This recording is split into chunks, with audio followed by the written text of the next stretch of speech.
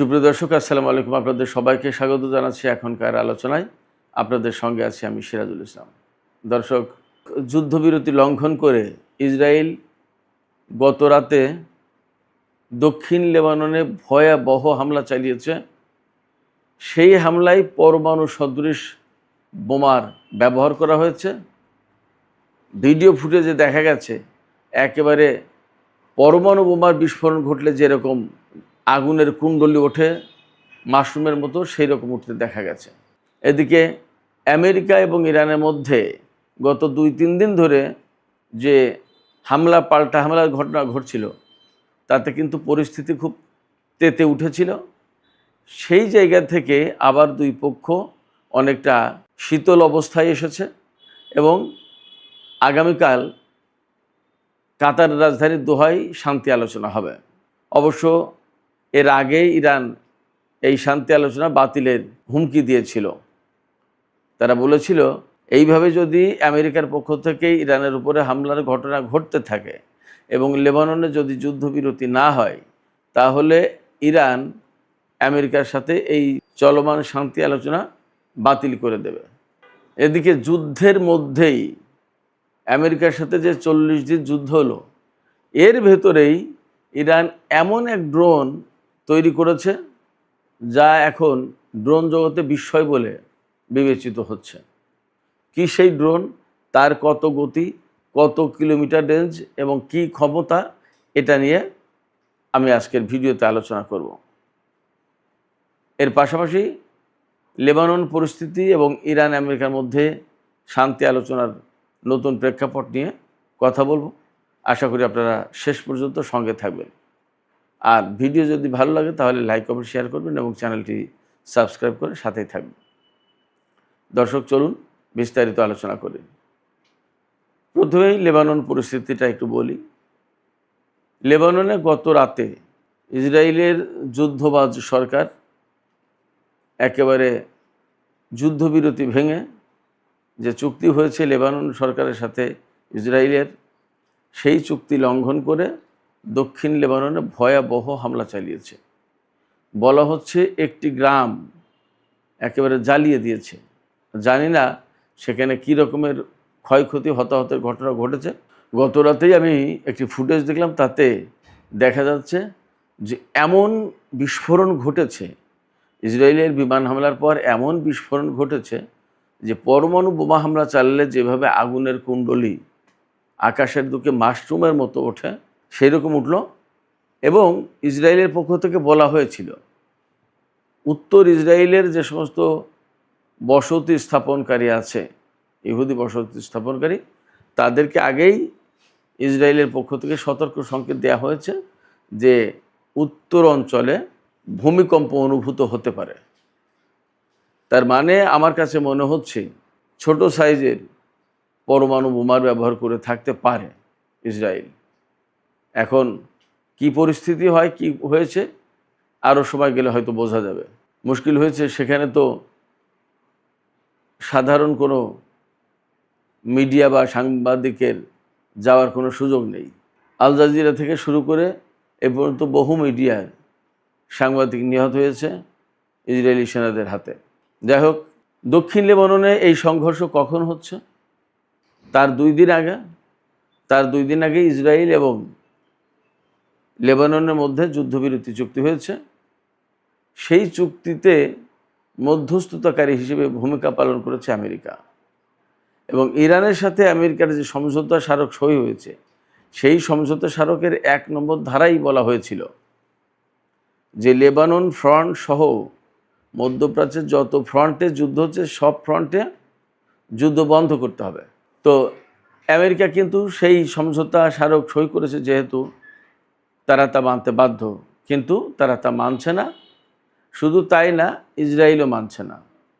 আর এই ইসরায়েল এবং লেবাননের মধ্যে যে চুক্তিটা হয়েছে, সেই চুক্তিতে বলা হয়েছে লেবাননে যে সমস্ত ইসরায়েলি সেনা রয়েছে তার অংশবিশেষ লেবাননে থেকে যাবে। তার মানে লেবাননের দখলদারিত্ব থেকে যাবে। এই যদি হয় অবস্থা, তাহলে সেখানে শান্তি চুক্তি করার কি মানে আছে? লেবাননের সার্বভৌমত্ব থাকে কোথায়? দক্ষিণ লেবাননে লেবাননের সামরিক বাহিনীর তৎপরতা নেই, হিজবুল্লাহ থাকতে পারবে না, থাকবে ইসরায়েলি বাহিনী। এটা কি লেবাননের পক্ষের কোনো চুক্তি হলো? এই জন্য হিজবুল্লাহ বলেছে আমরা এই চুক্তি মানব না। তো যার প্রেক্ষাপটে দুই পক্ষের মধ্যে বড় রকমের সংঘর্ষ হচ্ছে। এই সংঘর্ষের পরিণতি আসলে কোথায় গিয়ে দাঁড়ায়, এর পরিণতি যে কী বলা মুশকিল। তবে হিজবুল্লাহ বলেছে তারা ইসরায়েলের মোকাবেলায় আরও বেশি দৃঢ়চেতা হয়ে লড়াই করবে, ইসরায়েলকে কোনো মতেই তারা ছাড় দেবে না। হিজবুল্লাহ ভাবছে যেখানে ছাড় দেওয়া মানেই দক্ষিণ লেবাননে ইসরায়েলের দখলদারিত্ব কায়েম হওয়া। এই দখলদারিত্ব কায়েম তারা হতে দিতে চায় না। এবং আরও গুরুত্বপূর্ণ তথ্য হচ্ছে যে দক্ষিণ লেবাননেই হিজবুল্লাহর তৎপরতা বেশি। তার কারণ হচ্ছে দক্ষিণ লেবানন মানেই ইসরায়েলের উত্তর অংশ। দক্ষিণ লেবাননের সীমান্ত থেকেই তো ইসরায়েলে ঢুকতে হবে। ইসরায়েলে ঢোকার যে সীমান্ত, সেই সীমান্ত হচ্ছে ইসরায়েলের উত্তর অঞ্চল। লেবাননের দক্ষিণ, ইসরায়েলের উত্তর, এই হলো সীমান্ত। তো সেই সীমান্তে যদি ইসরায়েলের ভেতরে তো ইসরায়েলের তৎপরতা থাকবেই, উপরন্তু লেবাননের সীমান্তে যদি ইসরায়েলিদের অবস্থান থাকে, তাহলে লেবাননের স্বাধীনতা সার্বভৌমত্ব যেমন থাকে না, তেমনি লেবাননের এই যে প্রতিরোধকামী সংগঠনটি তাদের কোনো অস্তিত্ব থাকে না। এই জায়গা থেকে যে চুক্তি করেছে লেবাননের সরকার আর ইসরায়েল, সেই চুক্তির ভবিষ্যৎ আসলে ভালো বলে মনে হচ্ছে না। আমি এখানে আপনাদেরকে একটু জাস্ট খেয়াল করিয়ে দিই, লেবাননের প্রেসিডেন্ট কিন্তু খ্রিস্টান সম্প্রদায় থেকে, আর প্রধানমন্ত্রী সুন্নি সম্প্রদায় থেকে। সুন্নি সম্প্রদায়ের প্রধানমন্ত্রী হওয়ার কারণে তারা সৌদি আরব থেকে শুরু করে আরব বিশ্বের যে সমস্ত দেশ হিজবুল্লাহ বিরোধী, তাদের সাথে বেশি সম্পর্ক রাখে। আর বর্তমানে যে প্রেসিডেন্ট জোসেফ আউন, সে ভদ্রলোক একসময় লেবাননের সেনাপ্রধান ছিলেন। এই জোসেফ আউন তিনি হচ্ছেন খ্রিস্টান সম্প্রদায়ের। ফলে হিজবুল্লাহর স্বার্থ দেখা বা কার্যত লেবাননের স্বাধীনতার সার্বভৌমত্ব দেখার মতো মানুষ কেউ নেই। এটা হলো আর একটা বিরাট বড় সমস্যা। যাই হোক, ইরান ওই পাশে যথেষ্ট চাপ দিয়েছে আমেরিকাকে। হরমুজ প্রণালীকে কেন্দ্র করে বা পারস্য উপসাগর, হরমুজ প্রণালী এলাকা, এই সমস্ত এলাকায় জাহাজ চলাচল নিয়ে ইরানের যে আপত্তি ছিল, সেই আপত্তির মুখে ইরান বেশ কয়েকটা তেলবাহী বা পণ্যবাহী কার্গো জাহাজের উপর হামলা করেছিল। তাদের বক্তব্য ছিল যে হরমুজ প্রণালী দিয়ে কোন দিক দিয়ে জাহাজ চলবে সেটা আমরা যে রুট দেখিয়ে দিচ্ছি সেই রুট ফলো করবে, এর বাইরে গেলে হবে না। তো কারণ হরমুজ প্রণালীর একদম ফুল কন্ট্রোল থাকবে ইরানের হাতে, ওমান তার সাথে শরিকদার, কিন্তু মূল কন্ট্রোল ইরানের হাতে থাকবে। এইভাবেই আমেরিকার সাথে চুক্তি হয়েছে বলছে। কিন্তু মাঝে মাঝে মার্কিন প্রেসিডেন্ট ডোনাল্ড ট্রাম্প বলছেন যে সেখানে ইরানের কোনো কন্ট্রোল থাকবে না, যুদ্ধ শুরুর আগে যেরকম ছিল হরমুজ প্রণালী সেরকম থাকবে, ইরান সেখানে কোনো টোল নিতে পারবে না, ইত্যাদি ইত্যাদি। এই সমস্ত নিয়ে কিন্তু ইরানের সাথে আমেরিকার একটা বিরাট বড় টানাপোড়েন দ্বন্দ্ব আছে। ইরান যা বলছে আমেরিকা তার বিপরীত কথা বলছে।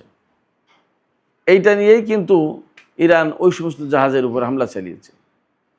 ওই সমস্ত জাহাজের উপর হামলা চালানোর পর আমেরিকা আবার ইরানের উপর হামলা চালিয়েছে। আমেরিকা হামলা চালালে ইরান আবার মধ্যপ্রাচ্যে মার্কিন ঘাঁটিতে বিভিন্ন স্থাপনায় হামলা চালিয়েছে। এবং আমরা তো গতকালকের খবর জানি যে ইরান বেশ বড় সড়ো হামলা চালিয়েছে কুয়েত এবং বাহরাইনে। এবং এই হামলাটা আসলে এত বড় ছিল যে উপসাগরীয় সহযোগিতা পরিষদ জিসিসি, যেটা তাদের পক্ষ থেকে কিন্তু নিন্দা জানানো হয়েছে। নিন্দা জানাতেই পারে, কিন্তু ইরানের কাজ করেছে। এবং ইরান হুমকি দিয়ে রেখেছে যে আমেরিকা এই যে বারবার ইরানের উপর হামলা চালাচ্ছে, এটা কিন্তু যুদ্ধবিরতির লঙ্ঘন, সমঝোতা স্মারক যেটা সই হয়েছে তার লঙ্ঘন। এই লঙ্ঘন যদি অব্যাহত রাখে তাহলে ইরান আমেরিকার সাথে এই শান্তি আলোচনা, শান্তি চুক্তি বাতিল করবে। এটা কিন্তু গতকাল হুমকি দিয়েছিল ইরানের পক্ষ থেকে। এরপরে কাতারের বা পাকিস্তানিদের মধ্যস্থতায় বা চেষ্টায় আবার দুই পক্ষ একদম পাল্টা হামলা বন্ধ করতে রাজি হয়েছে। ইরান এবং আমেরিকা একে অপরের বিরুদ্ধে কোনো হামলা চালাবে না। এবং আগামীকাল মঙ্গলবার কাতারের রাজধানী দোহায় দুই পক্ষ শান্তি আলোচনায় বসবে। এখানে এরই মধ্যে অনেকগুলো কথা উঠেছে। ইরানের যে সমস্ত অর্থ বিদেশে আটকা ছিল, সেগুলো ফেরত দেওয়ার কথা ছিল। এ ব্যাপারে চুক্তিও হয়েছে, কিন্তু এখনও ইরান ফেরত পায়নি। ইরানের উপর থেকে নিষেধাজ্ঞা যেগুলো একদম রদ করার কথা ছিল, স্থগিত করার কথা ছিল, সেগুলো এখনও পুরোপুরি করেনি। এরকম অনেকগুলো শর্ত, যে 14 দফা শর্ত হয়েছে, সেই 14 দফা শর্তের ভিতরে বেশিরভাগই কিন্তু এখনও বাস্তবায়ন করা হয়নি। এইগুলো বাস্তবায়ন করার পরেই কিন্তু ইরান আর আমেরিকার মধ্যে পরমাণু আলোচনা হবে। বিষয়টা খেয়াল রাখতে হবে। এখনই ইরানের সাথে আমেরিকার পরমাণু আলোচনা শুরু হয়ে যাবে না। পরমাণু আলোচনার যে পার্টটা, এইটা তো চূড়ান্ত চুক্তি হবে। এইটা বাদ দিয়ে বাকি যত শর্ত আছে, সমস্ত শর্ত আমেরিকা ফুলফিল করবে, তারপরে এই আলোচনায় যাবে। তা যদি না হয়, তাহলে কিন্তু এই আলোচনার ভবিষ্যৎ ভালো না, এটা মোটামুটি বোঝা যাচ্ছে। বিশেষ করে গতকাল পর্যন্ত ইরান এবং আমেরিকার মধ্যে ব্যাপক টানাপোড়েন উত্তেজনা ছিল। এই টানাপোড়েন উত্তেজনার ভেতরেই গতকাল ইরানের পক্ষ থেকে সামরিক বিষয়ে একটা চমকপ্রদ ঘোষণা দেওয়া হয়েছে। ইরানের সামরিক বাহিনীর মুখপাত্র তিনি জানিয়েছেন যে এই যুদ্ধের সময় ইরান শুধু যুদ্ধই করেনি, এর ভিতরে বড় বড় গবেষণা করেছে এবং নতুন নতুন অস্ত্রও তৈরি করেছে। আশ্চর্যের ব্যাপার না? যখন যুদ্ধ নিয়ে সবাই ব্যস্ত, তখন ইরান নতুন অস্ত্র বের করেছে এবং গবেষণা করেছে সামরিক খাতে। এর একটা ফলাফল হচ্ছে আরাশ 2 নামে একটা ড্রোন তৈরি। আরাশ 2 হচ্ছে আত্মঘাতী ড্রোন। এরা ঘন্টায় 350 থেকে 480 কিলোমিটার পর্যন্ত দ্রুত গতিতে চলতে পারে। 480 কিলোমিটার পর্যন্ত যদি চলতে পারে, তাহলে তার গতি কিন্তু একদম কম না। তো এই ড্রোন মিসাইলের মতো এত দ্রুত চলতে পারে না, কিন্তু গতি একদম খারাপ না। মজার ব্যাপার হচ্ছে, মিসাইল তো তার মতো করে চলে, আর এই ড্রোন তো মানুষ চালায় পেছন থেকে রিমোট কন্ট্রোল দিয়ে। ফলে এই ড্রোন তো কন্ট্রোল করে অনেক কিছু করা যায়। আর ড্রোন যে যুদ্ধক্ষেত্রে কত বেশি কার্যকরী, তা তো আমরা ইরান, আমেরিকা, ইসরায়েলের যুদ্ধে দেখলাম, রাশিয়ার যুদ্ধে দেখেছি, অনেক জায়গায় দেখেছি। ড্রোন হচ্ছে গরিবের এয়ারফোর্স। যাই হোক, তো এই আরাশ ড্রোন 480 কিলোমিটার সর্বোচ্চ গতিতে যেতে পারে, 2000 কিলোমিটারের বেশি দূর পর্যন্ত যেতে পারে। তার মানে ইরান থেকে ইসরায়েল ইজিলি কাভার করবে এই ড্রোন।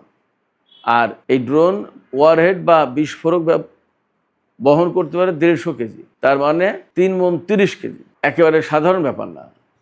3 মণ 30 কেজি ওজনের একটা কিছু যদি এরকম 300-400 কিলোমিটার গতিতে গিয়ে কোথাও আঘাত হানে, তাহলে তার অবস্থা কি? ব্যাপক বিস্ফোরণ ঘটে। ভালো একটা শক্তিশালী ড্রোন এটা।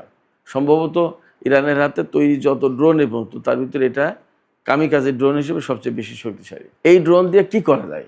সবচেয়ে বড় কথা হচ্ছে এটা। এই ড্রোন মেইনলি যে কাজে ব্যবহার করা হবে, সেটা হচ্ছে যে শত্রুর বিমান ঘাঁটি লক্ষ্য করে হামলা চালানো হবে। যে সমস্ত বিমানের হ্যাঙ্গারে বিমান রাখা হয়, সেই হ্যাঙ্গারে হামলা চালাবে। এরপরে সামরিক স্থাপনা, সামরিক ঘাঁটি, তারপরে বিমানবন্দর। তার মানে আমি যা বুঝলাম, আমার কাছে যেটা মনে হচ্ছে, ইসরায়েল এবং আমেরিকার যে বিমান শক্তি যেটা আছে, এই বিমান শক্তিকে মেইনলি ঘায়েল করার জন্য এই আরাশ 2 ড্রোন তৈরি করা হয়েছে। তার মানে হচ্ছে, যদি নিকট ভবিষ্যতে ইসরায়েলের সাথে আমেরিকার সাথে ইরানের যুদ্ধ শুরু হয় আবার, তাহলে এই আরাশ ড্রোনের ব্যাপক ব্যবহার দেখা যাবে, এমন খবর কিন্তু ইরানের সামরিক বাহিনী দিয়েছে। তাতে বোঝা যাচ্ছে যে আমেরিকা এবং ইসরায়েল বেসিক্যালি ইরানের এই সামরিক শক্তির ভাষাটাকে তারা আমলে নিচ্ছে, এমনি কূটনীতির কথা কিন্তু তারা সহজে আমলে নিতে চায় না। এই যে যুদ্ধটা গেল, সেই যুদ্ধে যদি ইরান খুব স্ট্রংলি রোল প্লে করতে না পারত, খুব কার্যকরভাবে এবং শক্তভাবে যদি ইসরায়েল এবং আমেরিকাকে মোকাবেলা না করতে পারত, তাহলে এতদিন ইরানই তো দখল করে দিত। অন্য কথা তো পরের কথা। সেই জায়গায় ইরান এই জিনিসটা বুঝেছে আগেই, যার কারণে তারা সামরিক শক্তি এবং অত্যাধুনিক সামরিক শক্তি অর্জন করেছে। আমরা যুদ্ধের যে প্রেক্ষাপট দেখছি, তাতে তো পরিষ্কার যে ইরানের প্রযুক্তির কাছে আমেরিকা, ইসরায়েলের হাই টেকনোলজি মার খেয়ে গেছে। তো সেক্ষেত্রে ইরান যখন গতকালকে এই ঘোষণা দিয়েছে, এবং হয়তো ব্যাক চ্যানেলে আরও কিছু ঘোষণা দিয়েছে, যার কারণে আমেরিকা নতুন করে একেবারেই চুপ হয়ে গেছে এবং তারা বলেছে যে ইরানের সাথে তাদের আর আপাতত কোনো সংঘর্ষ হবে না। তারা বরং মঙ্গলবার কাতার রাজধানী দোহায় আলোচনায় বসবে। দেখা যাক এই শান্তি আলোচনা থেকে নতুন কি ভালো খবর আসে এবং কত দূর তারা শান্তির পথে এগোতে পারে। আমরা তা দেখার অপেক্ষায় থাকলাম। সুপ্রিয় দর্শক, এখনকার আলোচনা এখানে শেষ করতে চাই। যাবার আগে আপনাদের কাছে প্রশ্ন করি, সামরিক শক্তির দিক দিয়ে ইরান কতটা চাপে ফেলতে পেরেছে আমেরিকাকে? আপনাদের কাছে কি মনে হয়? আপনাদের কাছে কি মনে হয় যে আমেরিকা কূটনৈতিকভাবে পরাজিত হয়ে এই আলোচনায় আসছে, নাকি সামরিক শক্তির কাছে পর্যুদস্ত হয়ে তারা আলোচনায় বসতে বাধ্য হচ্ছে? আপনাদের কাছে কি মনে হয়? আপনাদের মতামত কমেন্টে জানাতে পারেন। আর ভিডিও ভালো লাগলে লাইক, কমেন্ট, শেয়ার করবেন এবং চ্যানেলটি সাবস্ক্রাইব করে সাথেই থাকবেন। দর্শক, আপনাদের সবাইকে অনেক অনেক ধন্যবাদ। আল্লাহ হাফেজ।